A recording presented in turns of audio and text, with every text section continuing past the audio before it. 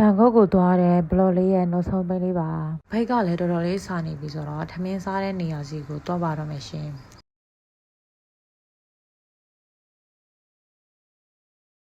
အခုတော့စားတော့တန်းတွေရှိတဲ့အထက်စီကိုရောက်လာခဲ့ပါပြီ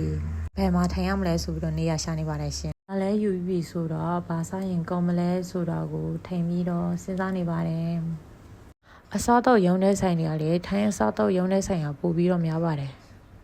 အခုမှလည်းနိုင်ငံခြားသားခီးသွားတွေကတော်တော်လေးများပါတယ်ရှင်။ဘာစားရမလဲစဉ်းစားရင်းနဲ့ဗီဒီယိုတွေရှောက်ရည်နေပါတယ်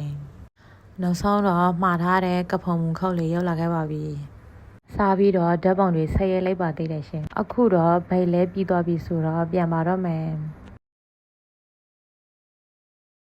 အခုကတော့ယထာစီဖို့အတွက်လက်မှတ်ဝယ်ဖို့ယထာဂိတ်ကိုသွားနေတာပဲဖြစ်ပါတယ်။သွားတဲ့လမ်းတစ်လျှောက်မှာလေတရုတ်ရိုးရမော်လေးတွေရုံတဲ့စိန်လေးတွေတွေ့ခဲ့ရပါတယ်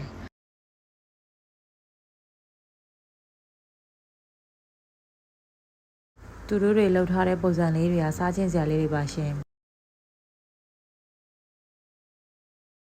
အခုကတော့လက်မှတ်တော့ဝယ်နေတာပဲဖြစ်ပါတယ်ယထာလက်မှတ်ကိုတော့ကောင်တာမှာပဲဝယ်လိုက်ပါတယ်